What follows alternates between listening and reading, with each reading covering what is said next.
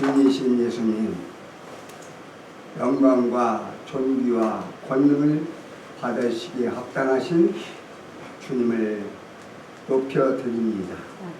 오늘도 거룩한 주일 오전 예배에 이어 오후 예배에 함께 주님을 찬양하며 하나님 말씀을 듣게 하여 주심을 감사합니다.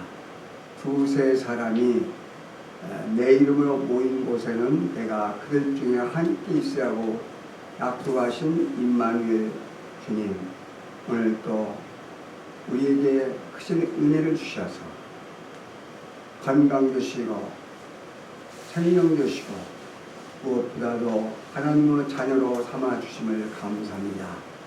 우리의 삶의 주인이신 예수님을 본받아서 우리의 생명과 재물과 시간과 재능을 온전히 주님께 맡깁니다. 주님 홀로 영광 받아주시고 부활의 그 교육을 통해서 하나님의 나라가 계속 확장되게 하여 주시고 주님 오시는 그 순간까지 부활되신 주님의 증인이 계속 나올 수 있도록 역사하여 주시옵소서. 오늘 또 두한종 이 자리에 세워주시고 같이 예배를 드리게 하여 주심을 감사합니다. 아버지의 그 크신 은혜와 계획 속에서 우리가 만난 줄 믿사오니 이 시간 말씀을 통하여서 우리 모두 은혜 받게 하여 주시고 도전 받게 하여 주시고 주님의 충성된 종으로서 하나님 영광 돌리는 우리 모두가 되게 하여 줄 믿사오고 예수님의 이름으로 간절히 기도드리옵나이다. 아멘. 감사합니다. 자, 몇 시까지 끝내야 되나요? 지금 제가 보니까 2시인데 시간 제한 없습니다. 시간 제한 없으면 저는 장끼면서 장점이냐 단점이냐는 무지한인데 주는 대로 먹고 입을 벌린 대로 끝날 때까지 하는 사람이라. 아멘. 그러나 성령의 열매는 사랑이고 가장 중요한 것은 절제인 줄 아니, 여러분들 중에 혹시라도 제가 볼 때에 피곤하신 기색이 있다거나 조금 관심이 조금 떨어진다고 느끼면은 그 즉시 제가 그만두겠습니다. 참으로 제가 늘 보고 싶었고 정말 같이 대화를 하고 싶었고 정말 주님의 십자가의 사랑을 나누고 싶었던 사랑하는 우리 조 목사님을 정말 만나서 너무너무 정말 감사하고 기뻤습니다. 어떻게 덴버 그 미국 교회를 어떻게 찾을 수 없고 우리 후배 우리 동기 목사님을 통해가지고 이렇게 하는 대로 잘 안 돼가지고 제가 이 최 목사님을 그 연락을 하려고 만나려고 미국 그 교회 역사 120년 된 그것을 시니어 성교사 채팅에 그게 광고가 나와가지고 무료로 선착순 신청을 하고 그냥 우선료는 각자 내라고 해서 제가 그걸 구입했습니다. 그래서 구입해가지고 한국에 와서 받아보고 덴버를 찾으려고 했는데 당사자를 찾기 전에 하나님 얘기해 주셔서 연락을 해가지고 만나서 너무나 감사하죠. 그 책을 좀 두껍고 무게가 있는데 지난번에 만났을 때 드렸습니다. 오늘 본문 말씀은 바로 우리가 잘 아시는 말씀인데 오늘 오후 전에 제목이 삶의 주인 예수님 그의 연달아서 계속 되어지는 걸로 생각하시면 좋겠습니다. 골로새서 2장 6절 7절 말씀은 특별히 많은 그 말씀들 중에서도 굉장히 귀한 말씀입니다. 그러므로 너희가 그리스도 예수를 주로 받았으니 중요한 주로 받았으니 주님으로 받았으니 그리스도 예수를 주님으로 받았으니 그 안에서 행하되 뿌리를 박으며 세움을 받아 교훈을 받은 대로 믿음에 굳게 서서 감사함을 넘치하라는 말씀입니다. 우리는 그 믿는 사람을 크리스찬이라고 합니다. 바로 영어로는 크라이스트. 근데 그걸 일반적으로 쓴 것은 바로 X로 표현해요. X가 크라이스트. 그래서 크리스천 IAL보다 크리스천. 그러니까 크리스천은 그리스도와 같은 사람, 그리스도를 닮아가는 사람, 그리스도를 본받는 사람. 그러니까 그리스도인은 바로 예수님을 본받는 사람을 그리스도인이라고 이렇게 보게 됩니다. 그래서 오늘 본문 말씀은 예수님께서 공생의 사역 중에 2차 관리 사역에 있는 내용.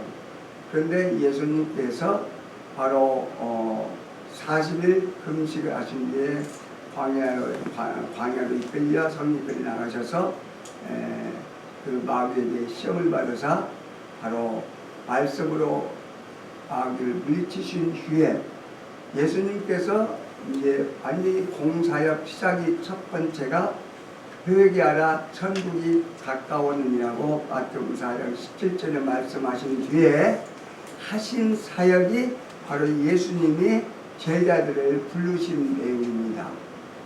그래서 마태복음 4장 19절에 보시면은 19절 22절까지 보시면은 고기를 잡는 그 고기를 낚는 어부들, 특별히 베드로와 안드레와 야고보와 요한을 부르셨습니다. 너희는 나를 따라오너라. 부르셔서 어떻게 하셨냐 하면은 내가 너희로 사람을 낚는 어부가 되게 하리라고 하셨습니다. 사람을 낚는 어부. 지금까지는 네가 네 생계를 위해서, 가족을 위해서, 네 삶을 위해서, 네 필요를 위해서 고기를 잡고 생각이었지만은 이제 그걸 다 버리고 나를 따라와서 사람을 낚는 어부. 바로 고기를 낚는 어부는 살아있는 고기를 잡으면 바로 죽습니다. 그래서 자기를 생계를 유지하고 팔고 자기 일을 남기고. 근데 사람을 낚는 어부는 바로 이 죄와 허물로 죽었던 그 잃어버린 영혼들, 죄로 죽은 영혼들을 바로 이 예수님의 십자가의 보혈로 공유, 바로 복음 기쁜 소식을 바로 예수님의 십자가와 부활을 전하여서 살아나게 하는 역할이 바로 사람을 낚는 어부입니다. 사람을 낚는 어부는 고기를 낚는 어부와 마찬가지로 그게 일하지 않으면 할 수가 없습니다.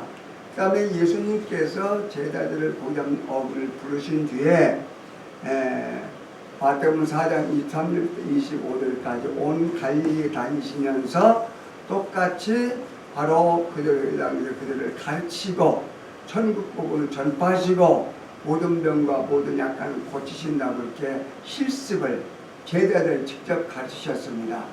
그 다음에 5장 7절까지 산상순, 산상본이라고 유명한 말씀하시고 8장 9장에 이 본문 말씀 전해보면은 9가지 모든 병과 귀신 들린 자, 베드로 장모 고치고 문둥병자, 중풍병자 다 고치시고 이 말씀에 가장 중요한 것이 그러므로 추수할 일꾼을 주인에게 청하여 추수할 일꾼들을 보내주소서 하신 말씀이 나옵니다. 그래서 9장 마지막에 결론 부분으로 그 다음에 예수님께서 제자들을 부르시고 그들에게 이제 실습을 다 하시고 그 다음에 마태복음 10장에 보면 예수님께서 그의 제자들을 부르셔서 귀신을 쫓아내는 권능을 주시고 모든 병과 모든 약한 것을 고치시는 그런 권능을 주십니다. 그러니까 우리는 주님을 본받는 삶을, 여기도 중요한 건 삶입니다. 라이프 스타일, 삶. 그냥 주일날 와서 잠깐 예배만 드리고 그 다음에 잊어버리고 주일날만 전도 보는 게 아니라 우리가 호흡을 하듯이 우리가 기도는 영혼의 호흡이라고, 기도를 하지 않으면 우리가 호흡을 안 하면 죽는 것과 마찬가지로 우리 삶이 바로 주님과 계속 교제하는 삶을 믿습니다. 아멘. 그래서 예수님께서 그 제자들을 파송하고 불식부에서 하기 전에 다 하시고 예수님께서 실습을 보여준 거예요. 그러면 예수님은 누구시냐? 바로 우리 주님을 본받는 삶이니까 주님은 누구냐? 주님은 나의 삶의 주인. 바로 예수님이 왕이시고 만주의 주시라고 요한계시록 17장 14절 19장 16절에 나오는데, 그 다음에 예수님은 참 하나님이시고 예수님은 기묘자요 모사요 전능하신 하나님이요 영존하신 아버지요 평강 왕이시오.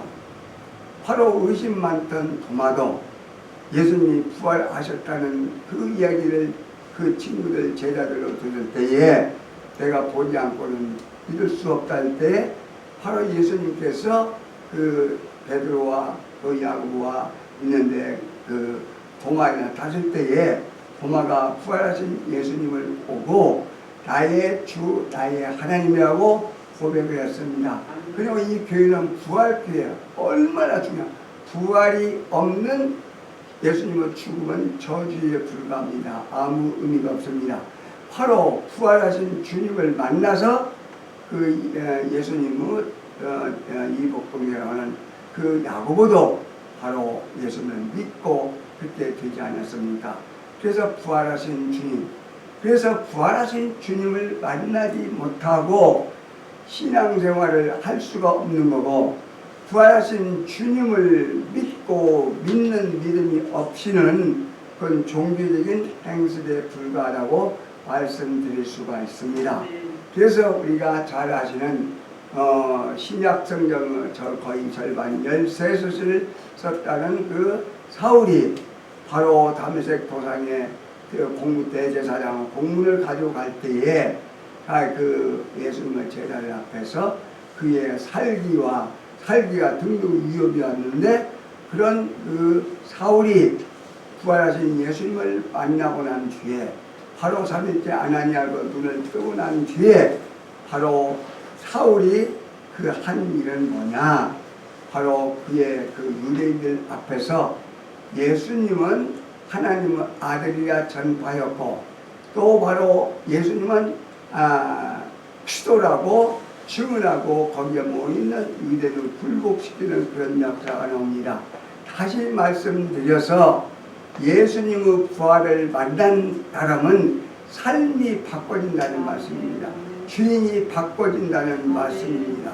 바로 갈라디아 2장 20절 아침에도 했지만은 내가 그리스도와 함께 십자가에 못 박혔나니 그런즉 이제는 내가 사는 것이 아니요 내 안에 그리스도께서 사신 것이라. 그가 나를 위하여 자신을 버리사 나를 사랑하시고 나를 위하여 목숨을 바치신 그 예수님의 하나님의 아들을 믿는 믿음에서 사는 것이 우리의 신앙생활임을 믿습니다. 그러니까 예수님이 나의 주인이 되지 않는 삶은 그것은 신앙생활이 아니고 타종교와 별다름없는 기복신앙이라고 볼 수가 있습니다. 그래서 첫째, 바로 예수님은 누구시냐? 바로 주님이 누구시냐? 주님은 바로 예수입니다. 오전에 말씀하신 삶의 주인이신 예수님이 나의 주님이 되셨다는 말씀입니다. 바로 생명과 그 다음에 목숨과 재물과 시간과 재능과 모든 것이 완전히 바꿔진 것입니다. 그래서 이 죄는 무엇이냐? 성경적으로 죄는 요한복음 16장 9절 말씀에 죄에 대하여라 함은 그들이 나를 믿지 아니하며 예수님을 믿지 않는 것이 죄입니다. 왜 그렇습니까? 예수님이 나의 죄를 대신해서 십자가에서 죽으시고 3일 만에 부활하시고 그분이 우리를 용서하시고 모든 죄를 용서하시고 우리의 죄를 다 사주셨는데 영생을 주셨는데 믿지 아니하는 것, 바로 믿지 않는 것, 죄라는 것은 무슨 의미입니까? 바로 영어로는 S-I-N. 바로 죄는 삶의 중심이 내가 될 때에, 오전에도 말씀했지만 I, my, me, mine. 내가 모든, 내가 생명의 주인이고 내가 모든 돈과 재물의 주인이고 내가 시간의 주인이고 내가 재능의 주인이라고 그게 바로 기회라는 말씀입니다. 그래서 이것이 바꿔지지 않으면은 이것은 신앙생활이 아니라 종교생활이라는 말씀입니다. 그래서 바로 사울이 바꿔진 뒤에, 그래서 바울이 바꿔지고 난 뒤에 온 것을 다 바치고, 그러니까 비방자요, 박해자요, 폭행자이었던 사울이 부활하신 예수님을 만나고 나니까 모든 가치관 삶이 옛날에 자기 모든 율법적인 것은 흠이 없던 것은 다 배설물로 여겨버리지 않습니까? 그래서 사도행 마지막 장에 사도행 28장 31절에 보시면은 하나님 나라를 전파하며 예수 그리스도에 관한 모든 것을 담대하게 가르치기를 그치지 아니하는 이 바울의 모습이 나옵니다. 그래서 바로 이 바울이 바로 고린도 교회나 다른 교회들에게 항상 얘기한 것이 바로 너희는 내가 너희에게 권하니 나를 본받는 자가 되라. 우리는 우리 가족에게 또 아버지는 아버지로서, 직장이면 직장 상사로서, 목사는 목사로서 성도들에게, 가족에게, 형제들에게, 친구들에게 너희는 나를 본받는 자가 되라고 감히 할 수가 있습니까? 그렇게 해야 되지 않습니까? 아침에도 계속 연결되는 말씀인데, 우리 언행심사가 같이 아니면은 그건 바로 바리새인과 같이 위선자가 되는 겁니다. 독자의 자식들아 화 있을진저, 바로 마태복음 23장에 7번이나 바리새인과 서기관들에게 예수님이 말씀하셨습니다. 그대로 말은 듣되 그대로 행동을 본받지 말라. 바로 우리는 예수님을 본받으려면 내가 먼저 예수님을 본받는 자가 됐을 때 남에게 얘기할 수 있습니다.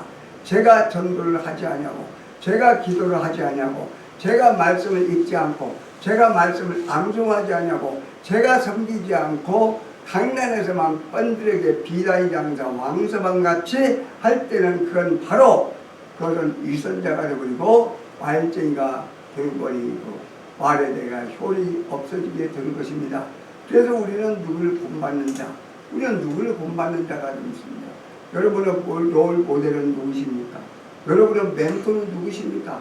여러분의 선생님이 누구 있습니까?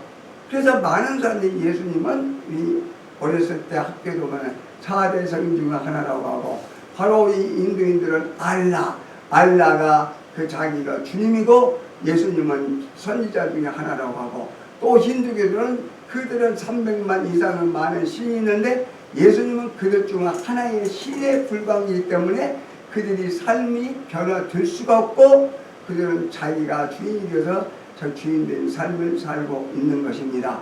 바로 그래서 예수님께서 이 땅에 하늘 영광보다를 버리고 이 땅에 오신 것은 육신으로 오셨다는 말씀입니다. 저도 이 한국에 있다가 직장생활을 다 그만두고 흰개 갔을 때 60년대 그 수준같이 정말 그 의료 수준도 그리고 너무너무 그 약한 그런 건데, 예수님은 하느님이신 예수님, 창조자이신 예수님이 피조물과 같이 육신을 입으시고 올 때 생각할 때 저 같은 건 아무 그 문제가 되지 않은 거예요. 그래서 많은 분들이 제게 어떻게 그렇게 오랫동안 번아웃 되지 않냐고, 그렇게 선교를 할 수 있느냐고 비결을 물어보는 경우를 가끔 제가 당합니다. 그래서 저는 다른 그것이 비결도 없는 거고, 첫째로 하나님의 은혜입니다. 하나님의 은혜. 바로 노아가 당대의 의인이고 또 당의 의인이고 당의 완전하냐고 하나님과 동행하였는데, 바로 창세기 6장 8절은 노아는 여호와께 은혜를 입었더라. 하나님의 은혜가 임하였을 때 믿음이란 우리 하나님의 선물이 주어지게 되고 하나님의 말씀을 믿고 믿어지는 역사가 일어나지 않습니까? 그래서 예수님이 이 땅에 최초의 선교사로 오신 걸로 저희한테 부각이 되었다는 말씀이에요. 그래서 제가 예수님을 본받을 때에 예수님께 이 땅에 오셔서 어떻게 하셨는가를 생각할 때에 어떤 죽음도 불사할 수 있는, 바로 예수님의 12제자와 같이 죽음을 순교할 수 있는 그런 믿음이 예수님을 바라볼 때 나온 것을 지금도 경험하고 있습니다. 그래서 믿음을 기요 온전케 하시는 예수를 바라보라. 우리가 예수님을 바라보는 그 순간 시선을 주님부터 떨어지지 벗기지 않았을 때에 어떤 유혹과 방해물과 사단의 괴계로 이겨나갈 수 있음을 저는 늘 제가 생활 속에서 제가 경험하고 있습니다. 그래서 예수님께서 장로이신 예수님께 이 땅에 육신으로 오셔서 뭐냐 그 모든 도시와 마을로 두고 다니셔서 그 말씀은 예수님께서는 하나도 빠지지 아니하고 참 이잡듯이 하나님은 모든 사람이 구원을 받기를 원하시고 그래서 하나밖에 예수님을 보내주셨듯이 바로 예수님은 한 명도 빠지지 않고 샅샅이 뛰어서 그들에게 그들 회당에서 가르치시고 천국 복음을 전파하시며 모든 병과 모든 약을 고치셨다고 합니다. 저 주님의 저 사역은 뭐냐? 티칭, 프리칭, 힐링 바로 가르치는 사역과 그 다음에 복음 전파와 그 다음에 이 치유 사역 그런데 바로 이 치유 사역은 그것이 주가 되는 것은 문제가 되는 것입니다. 저 피지에도 저희도 계시고 우리 교회 많은 불치병 환자들도 치유감을 받는데 육적인 치유만 받고 영적인 그 치유를 받지 못하는 것을 많이 보고 있습니다. 30년 동안 귀신에 시달려서 그렇게 했던 이 자매가 예수님을 믿고 교회도 좀 나오고 세례 침례를 받고 나서 그러면 그냥 빠지고 그런 경우도 많이 있고 그래서 예수님께서 모든 병과 병을 고치신 것은 그 모든 불치병과 모든 문둥병과 나병과 모든 중풍과 다 고치신 것은 누가 그들을 고치고 왜 그들을 고쳤느냐. 다시 말씀드리면 예수님께서 육적 치유라는 것은 그들에게 복음을 전파해서 너희들의 병을 고치는 것이 바로 하나님이신 예수님이다. 예수님이 하나님의 아들이라. 예수님은 그리스도라. 그를 믿고 영생을 받기 위해서 예수님께서 그게 치유역사를 다 일으키셨다는 말씀입니다. 그런데 거기서 중요한 것은 거기에서 36절에 보시면 우리를 보시고 불쌍히 여기신다는 말씀이 나옵니다. 불쌍히 여기신다. 한문은 민망히 여기신다. 그 말씀은 환전 어려운 사람을 보고 올 때 보기에 딱하고 안타까워서 안쓰러워서 그냥 행동에 옮기지 않을 지경에 이르는 경우를 그의 본문의 말씀입니다. 그러니까 예수님께서 마태복음 14장 14절에서 보면은 예수님께서 길을 가시다가 병자를 보시고 그냥 지나갈 수 없어서 긍휼한 마음 때문에 민망한 마음 때문에 불쌍한 마음 때문에 병자들 고쳐 그러면 나병 환자들 그 손에 하면 전염되는데도 손을 얹고 고치시고 마태복음 18장에 보면은 바로 1만 달란트 빚진 자 1만 달란트라면 쉽게 말하면 16만 년 16만 년을 일해야 1만 달란트가 되는 거예요. 도저히 갚을 수 없는 사람을 탕감해주는 그게 바로 불쌍히 여기는 마음입니다. 그래서 하나님의 은혜로 우리가 구원을 받았다는 말씀이죠. 그래서 우리를 보시고 불쌍히 여기시니 그런데 불쌍히 여기는 마음이 없이는 우리는 목회를 하도 이론에 끝날 수가 있습니다. 그래서 저도 피지에 가셔서 너무나 그 하나님께서 보내신 곳이 목 잡는 양같이 유리하는 빈민지역에 범죄 지역에다가 그 다음에 결손가정들에가 한마디로 개판 5분 전이야. 교회에만 도둑이 들락달락하고 마음도 이거 뭐 화장실 가까이 가면 다 없어져 버리고 노놈은 집어 쳐넣어버리고 유리장을 떼고 이제 밥을 먹으려고 이제 밥 그릇 같은 거 그런데 플라스틱으로 된 거 한 100개를 도면은 배따라한 거다 다 없어져 버리고 그런 숟가락도 없어지고 한마디로 그런 일이 너무나 많은 거예요. 근데 초점이 그들의 영혼 문제이기 때문에 영생이기 때문에 그들을 긍휼한 마음으로 그래서 제가 교인들에게 말하기를 그들이 얼마든지 가져가는 데를 봐두고 그들을 위해서 기도하라. 그들이 잘 살 것 같다면은 플라스틱 그릇을 가져가라. 추워도 누가 가져가겠냐. 그리고 와서 또 어떤 밥을 먹을 때면 줄 서갖고 또 자기만 먹으면 되는 게 아니라 그릇을 밥그릇에다가 달라고 딱 우리 자기 어머니 좀 넣는다 해가지고 이게 많이 나가는 거야. 그래서 제가 그래 교인들에게 그들이 얼마나 배고프면 그러겠느냐. 물론 습관일 수도 있겠지만 그냥 긍휼한 마음, 불쌍히 여기는 마음이 없이는 바로 선교를 할 수가 없습니다. 거기서는 그러니까 선교는 주는 것이요. 그러니까 주지 않고 살아가지 않고 줄 수 있다고 하면은 그러니까 주지 않고 살아갈 수는 없다. 그런 말씀이 있습니다. 그래서 바로 예수님께서 빌립보서 거기도 사도 바울이 내 안에 이 마음을 보면 예수의 마음. 그리고 우리에게 예수님의 긍휼하신 마음, 예수님 불쌍히 여기는 마음이 없이는 우리는 그 영혼을 보는데 그렇게 쉽게 되지 않습니다. 그래서 받은 성도는 한마디로 계속 주는 거예요. 시간도 줘야 되죠. 물질도 줘야 되죠. 재능도 줘야 되죠. 생명도 바쳐야 되죠. 그렇게 하기 위해서는 한 영혼이 천하보다도 귀하는데 정말 한 영혼을 위해서 그만큼 오랫동안 몇 년간 그렇게 하도 안 돌아온 경우도 많이 있습니다. 그래서 우리 힘으로는 할 수가 없는 거죠. 그래서 예수님께서 그 목 잡는 양같이 그 유리하는 그들을 불쌍히 보시고 제자들에게 이르시되 추수할 것은 많되 일꾼은 적으니, 추수할 것은 많은데 일꾼은 적다는 말은 추수할 것은 너무너무 많은데 일꾼이 거의 없다는 말씀이에요. 요한복음 4장 35절에 보면 예수님께서 그 수가성에 사마리아에 갔을 때에 제자들에게 뭐라고 했습니까?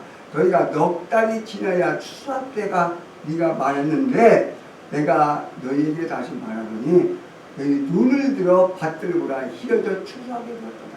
지금 여기서 가는 한국도 너무너무 주위에 한마디만 해서 제가 매년 뭐 지금 작년 재작년에 여러 가지 건강 때문에 계속 왔지만은 그전에는 3년 후에 몇 년 후에도 오고 그랬는데 올 때마다 틀린 거예요. 작년 재작년만 갔다가 어디 엘리베이터를 에스컬레이터를 만나면 엘리베이터에 같이 이 노약자들에서는 예수님을 믿으십시오. 주 예수를 믿으십시오. 구원을 받읍시다. 하나님은 사랑하십니다만 반응도 그러는데 갈수록 좀 어려운 거예요. 저 마태복음 24장에 12절에 보면 불법이 성함으로 사람들의 사랑이 식어지리라. 사랑이 갈수록 식어지는 거예요. 전부 다 이게 완전히 경관절에 딱 얽매가지고 복음전하기가 그렇게 어렵고, 그래서 관계 중심 전도가 아니면은 개인적으로 하는 게는 거의 어렵다고. 그러나 누가복음 18장 27절에 제자들에게 예수님이 낙타가 바늘귀로 들어가는 것이 부자가 하늘길 저 천국에 다 들어가면 쉽다고 그러니까 그럼 누가 구원을 받으니까 예수님께 사람으로는 할 수 없으되 하나님은 하실 수 있다. 그러니까 마지막까지 우리는 이 사람은 절대 안 된다고 그런 걸 저는 주위에서 많이 들었습니다. 그래서 저희 DC에서도 마찬가지고 여기 와서도 마찬가지고 딴 사람은 다 믿어도 이 사람은 절대 안 된다고 그런 얘기를 듣고 이제 제가 전도고 하고 있는데 DC에서도 모슬림 가정, 힌두교 가정 몇 년 동안 기도하고 가서 사랑을 베풀고 주고 도와주고 그랬는데도 예수님을 입에 들어가지도 못하고 쫓아내고 불평하고 핍박하고 그러던 사람이 마지막 죽기 전에 실제적으로 30분 전에 죽기 산소 마스크 쓰고 30분 전에 복음을 전해서 손으로 움직이면서 반응하고 예수님을 영접하는 경우가 많이 있습니다. 그래서 마지막 그 임종 직전에 저한테 가끔 전화가 오는데 그런 경우에 그럴 때는 이제 완전히 자기가 이제 마지막이니까 하나님께서 영생을 주시기로 작정을 다 이러니까 다시 말씀드리면 영혼 보내면은 우리는 무엇도 아끼지 말고 선교하는 데는 그 낭비가 없다는 말씀이 있습니다. 왜 한 영혼이 천하보다도 귀하니까. 그래서 그들 위해서 계속 기도하고 하나님은 때가 될 때에 하나님이 그 마음을 열어주셔야 됩니다. 근데 특별히 그들이 공경을 당했을 때나 아플 때나 어떤 어려움을 당했을 때는 마음을 쉽게 열게 됩니다. 그래서 예수님께서 제자들에게 말할 때 너무나 추상들은 많대. 너무나 이 앞뒤에 줄여져도 제 친구들도 작년 재작년까지만 해도 그때면 반응이 있다가 이번에는 더 반응이 더 센 경우도 있고 작년까지만 해도 완전히 거꾸로 완전히 견고한 지혜였고 귀머거리가 영적 귀머거리가 되고 아무것도 안 들렸던 그런 친구들이 금년에 보니까 거의 이제 이제 나가지 마음을 문을 열고 그런 경우를 지금 보고 있습니다. 그래서 우리는 영혼구원에 최선을 다하고 거기서 절대로 거기서 중단을 하면 안 됩니다. 마지막까지 다시 말씀드려서 예수님이 십자가 있을 때 한편강들은 비방에 예수님 말할 때 예수님 비방했지만 한편강들은 예수여 당신이 올 때 나를 기억하소서 네가 오늘 내가 나와 함께 나와 있으리라. 그러니까 마지막까지 예수님은 그 분은 마지막 하시기 전까지도 영혼에 한 명도 빠지지 아니하시고 예수님께서 그렇게 하셨습니다. 그러므로 추수하는 주인에게 청하여 일꾼을 보내주셔서 하라. 일꾼이란 뭡니까? 일꾼은 주인이 누군지를 알아야 됩니다. 우리의 일꾼, 우리의 주인은 누굽니까?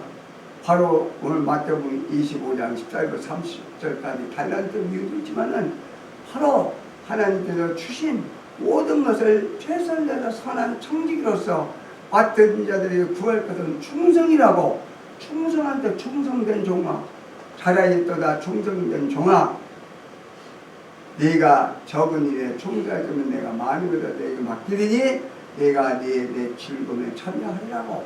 우리는 주님 앞에 언제 설지 모릅니다. 아멘. 주 예수여 어서 오시옵소서. 언제 우리 주님이 오실지 모릅니다. 내게 줄 상이 있어 너희에게 행한 대로 내가 줄 것이라고 마가복음 22장 12절에 말씀하고 있습니다. 우리는 어떻게 주님 앞에 서겠습니까? 그래서 일꾼이 필요합니다. 그런데 일꾼은 하나님과 강권적으로 붙잡힌 자, 바로 그래서 주님의 사역은 주사역은 바로 복음 전파와 제자의 양육. 그러니까 계속적으로 제자의 양육입니다.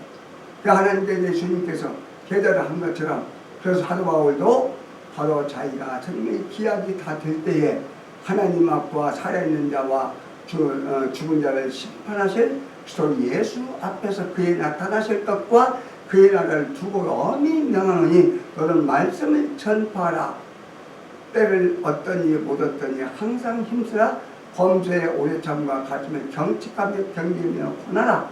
그러니까 너는 모든 일에 신중하여 고난을 받으며 전도자의 일을 하며 내 직무를 다하라고 했습니다. 나는 달려갈 길 마치고 내 믿음을 지키고 내 믿음을 지키고 선한 싸움을 싸우고 주실 때 의로우신 재판장이 주실 의의 멸류관을 바라본 그 사도 바울처럼 우리도 그렇게 할 때 의의 멸류관을 받게 되는 것입니다.